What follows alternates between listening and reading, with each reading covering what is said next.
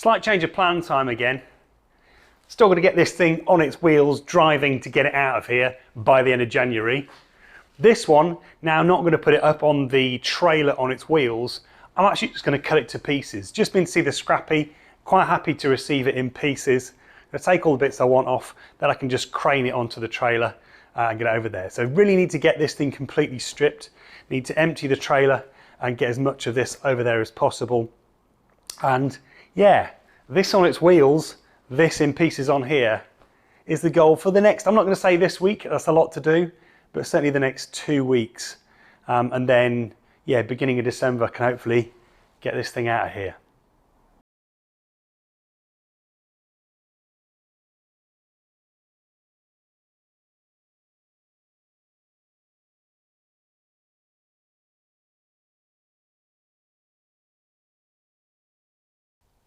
While I'm waiting for the paint to dry at the back, I figured I'd focus on the front and think about getting the front wheels back on. And one of the questions I had was, will the wheel arches from the Z3 fit on the Z300S body?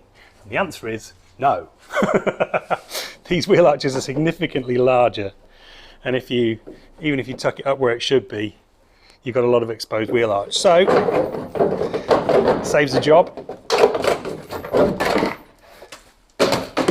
Certainly at the front, that can go in the bin. Unless anybody wants some wheel arches, you never know. Does mean in here, some wax oil is going to be required in order to protect it. Going to need to make sure this is really nicely looked after. Right, it's the next day. It's absolutely freezing. It's 3 degrees in here. I can barely feel my fingers, so I've just put the kettle on. Yesterday's session got cut off rather short when I realised that I had my wife's car keys in my pocket and that she needed to go out 15 minutes later, 10 minutes later actually, and I was 15 minutes away. Anyway, got home, she got to her thing, all good. But yeah, had to stop quite quickly. So cracking on today as long as I can sustain the cold. I have thick socks on, I have long johns on, I should be putting some gloves on in a second. And yeah, just trying to stay warm basically. Progress. New brake lines are in. Much flaring and swearing. On my shopping list for next year is a good double flaring tool. Or apparently, like Jamie, his local Motor Factors does the flaring for you. You just give them a length and size and they come back out with ready flared pipes, which would be nice. Some ancient Greek geometry, leverage, a bit of Archimedes to get the diff up onto the jack. So now I can jack it up. Really, this should be a 2-man job, but I'll get there one way or another. Maybe with a second jack to jack the front of the subframe up, keep it all even and get it all aligned.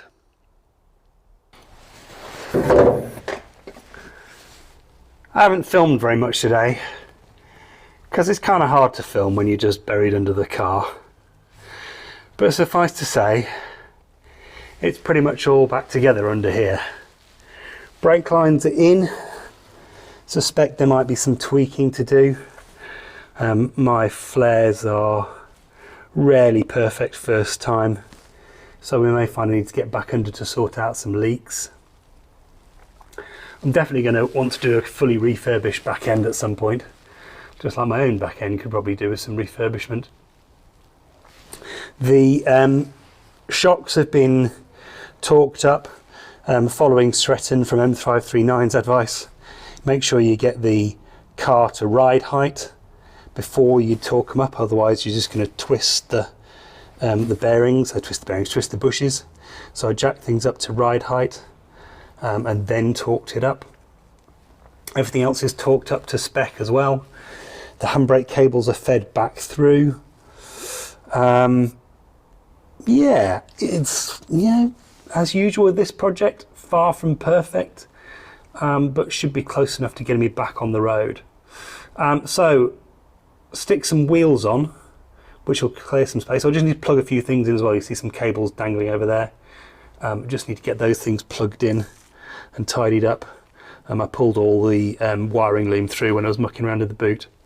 So stick those through, plug things back in, and then yeah, I can stick some wheels back on. Over here, the TT seats have gone. Very nice man came and took those off. They're going in a Volkswagen Beetle project, which is very cool.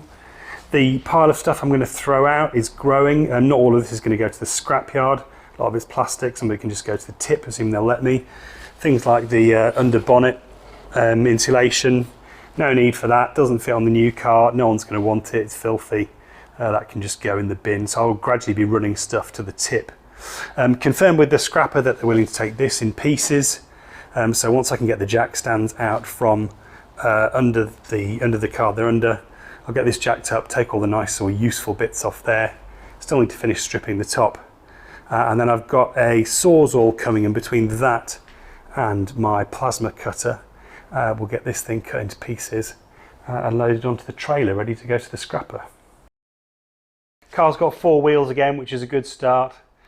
One step closer to being back on the road. Anyway, thanks for watching. Hope you enjoyed that. And yeah, catch you on the next one. Please do like and subscribe. Bye bye.